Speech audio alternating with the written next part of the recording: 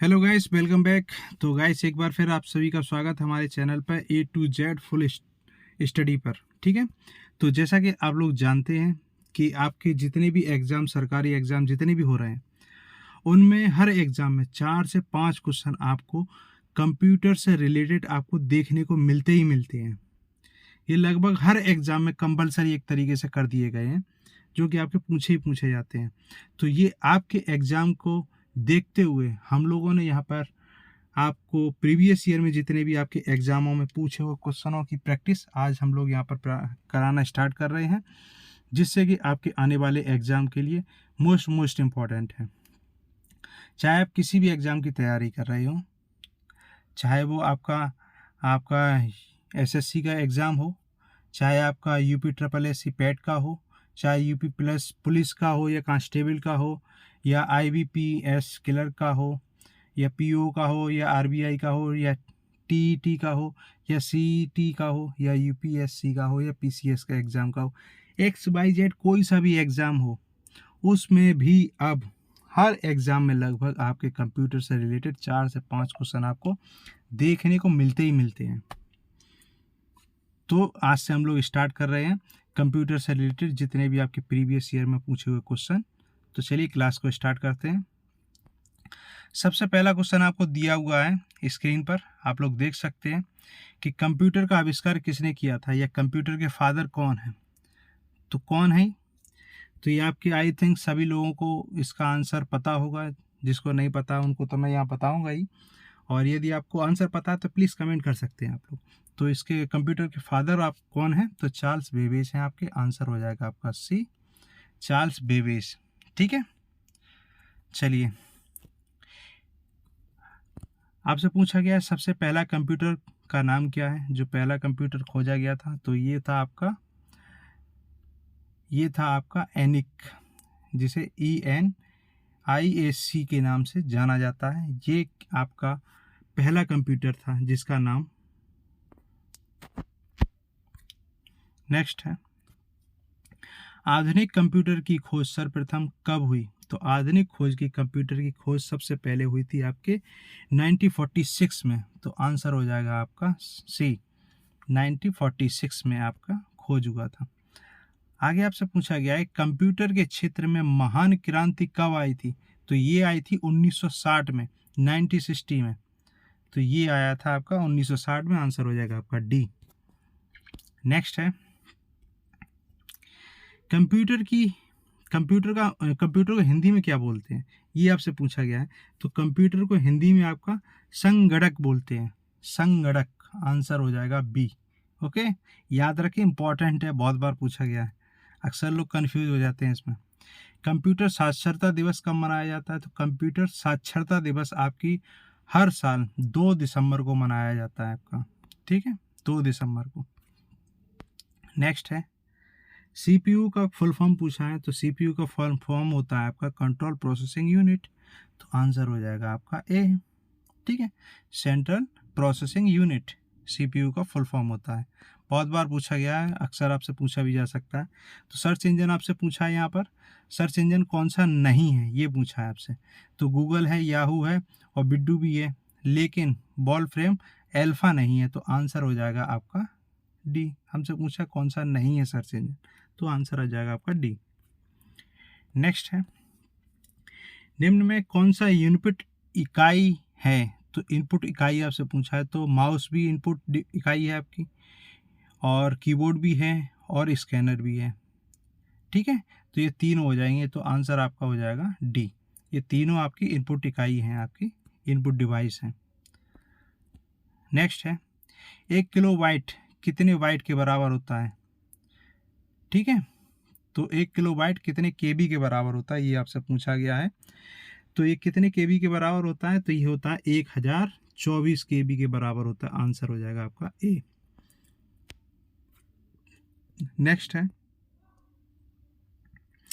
Next आपसे पूछा गया 1 मेगाबाइट में कितने एमबी के बराबर होता है।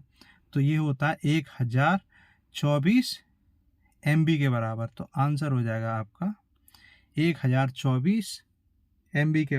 ओ no no no no no, ये मेगाबाइट का शॉर्ट फॉर्म लिखा है। एक मिनट, थोड़ा कन्फ्यूज़न हो गया है, 1 मिनट यहाँ पे भी देख लो। तो यहाँ पे एकदम सही है। 1 किलो वाट कितने वाट के बराबर है? तो ये आपका 1024 वाट के बराबर है, ये सही है। यहाँ पर आप देख लीजिए 1 मेगावाट यानी कि 1 एमबी कितने वाट के बराबर है? तो ये है आपका 1024 केबी के बराबर है, ठीक है। 1024 केबी के बराबर है आपका, ठीक है। तो आंसर आपका ए हो जाएगा। नेक्स्ट है 1 गीगावाट कितने वाट के बराबर है? तो 1 गीगावाट आपका 1024 एमबी के बराबर है। ओके, चलिए आगे देख लेते हैं। कंप्यूटर में प्रयुक्त आईसी चिप किसके बने होते हैं? तो ये आपके बने होते हैं सिलिकॉन के। आंसर हो जाएगा आपका डी। सिलिकॉन के बने हुए होते हैं जो कंप्यूटर में आपकी आईसी जिसे बोलते हैं ना, आईसी चिप किसके? वो सिलिकॉन के बने होते हैं आईसी चिप कंप्यूटर की, ठीक है। नेक्स्ट है इंटरनेट के पते में पद HTTP का फुल फॉर्म पूछा है आपसे। HTTP का फुल फॉर्म, तो इसका क्या होता है? Hyper text transfer protocol. Answer हो जाएगा आपका D, hyper text transfer protocol. Okay, चलिए आगे देख लेते हैं हम लोग। किसी कंप्यूटर के प्रोग्राम में बच्चों द्वारा प्रयुक्त भाषा प्रायः कौन सी होती है? तो ये होती है आपकी लोगो के नाम से जानी जाती है। तो आंसर आपका हो जाएगा सी, ठीक है। तो आंसर हो जाएगा आपका सी, लोगों के नाम से जानी जाती है, ठीक है। आगे देख लेते हैं हम लोग।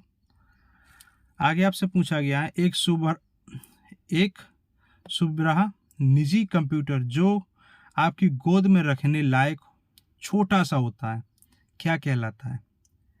तो ये ऑप्शन जो दिए हुए हैं उसमें वैसे तो आपका पीडीए हो जाना चाहिए, लेकिन पीडीए से भी छोटा जो होता है वो होता है आपका नोटपैड, जिसे नोटबुक कंप्यूटर कहते हैं, ठीक है।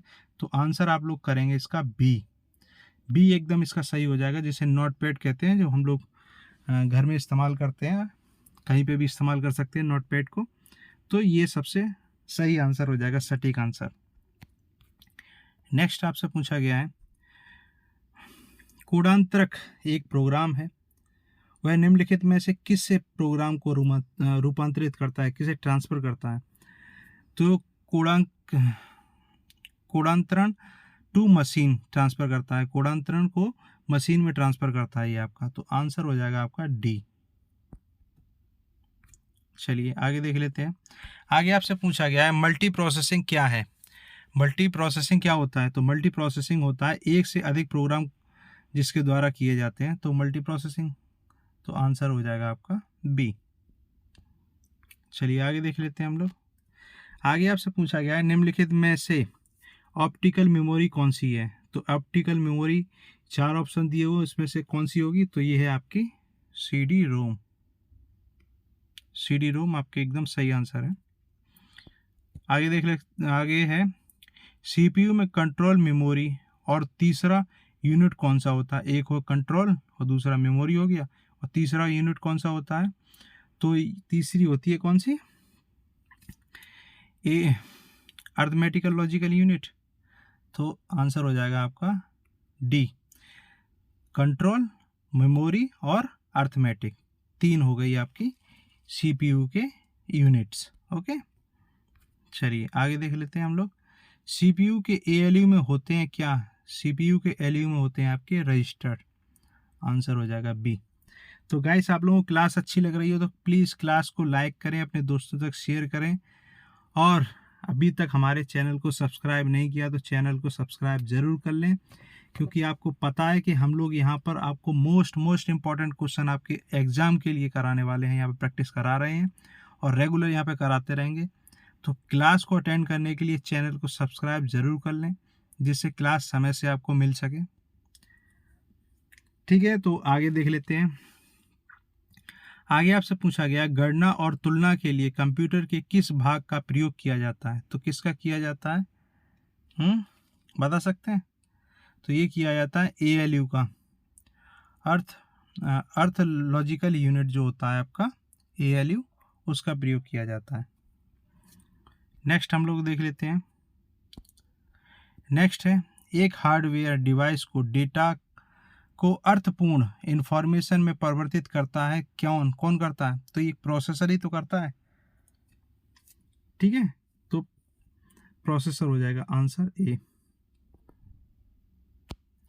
नेक्स्ट है, प्रोसेसर के 3 मुख्य भाग कौन कौन से होते हैं? प्रोसेसर के 3 भाग होते हैं, ALU, कंट्रोल यूनिट और रजिस्टर, तो आंसर हो जाएगा बी। ये 3 प्रमुख भाग होते हैं प्रोसेसर के, ठीक है। नेक्स्ट है, CPU और इनपुट आउटपुट के बीच सिग्नलों के मूवमेंट को कौन नियंत्रण करता है? तो ये कौन करता है, बता सकते हैं? कंट्रोल यूनिट कि ALU? तो ये कौन करता है भाई, बता सकते हैं कमेंट। तो इसका आंसर हो जाएगा ए, कंट्रोल यूनिट। ओके, चलें आगे। आपसे पूछा गया है कंप्यूटर के सेंट्रल प्रोसेसिंग यूनिट का फंक्शन क्या है? तो ये क्या फंक्शन है इसकी? तो गणनाएं व प्रोसेसिंग करता है ये, ठीक है, तो आंसर आपका सी हो जाएगा, गणनाएं और प्रोसेसिंग करता है आपका कंट्रोल प्रोसेसिंग यूनिट आपका, ठीक है। नेक्स्ट है, निम्न में से कौन सा कंप्यूटर का बुनियादी कार्य नहीं है? तो डेटा को स्कैन करता है, टेक्स्ट को स्कैन आपका स्कैनर करता है, कंप्यूटर नहीं करता है, तो आंसर तो आपका यही हो जाएगा, ठीक है। हमसे पूछा है कौन सा नहीं करता है, तो आंसर यही हो गया आपका।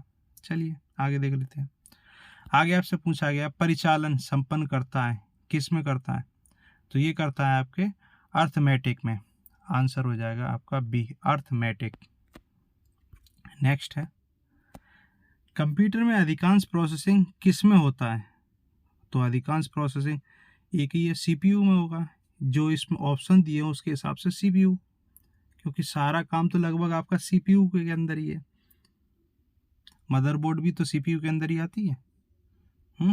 चलिए नेक्स्ट है, कंप्यूटर निम्नलिखित में से कौन सा कार्य नहीं करता है? प्रोसेसिंग करता है, अंडरस्टैंडिंग नहीं करता है, इनपुटिंग करता है, आउटपुटिंग भी करता है, लेकिन अंडरस्टैंडिंग नहीं करता है, आंसर आपका यही हो जाएगा बी, ठीक है। कंप्यूटर हमारा अंडरस्टैंडिंग नहीं करता है, बाकी के सारे प्रोसेस करता है। Thank you. तो गाइस ये थे आपके कंप्यूटर के टॉप 30 क्वेश्चंस। आई होप आप लोगों को क्लास अच्छी लगी होगी। तो अगली क्लास में इससे आगे हम लोग प्रैक्टिस करेंगे, तो इस तरीके से लगातार हम लोग इस सीरीज़ को रेगुलर करते रहेंगे।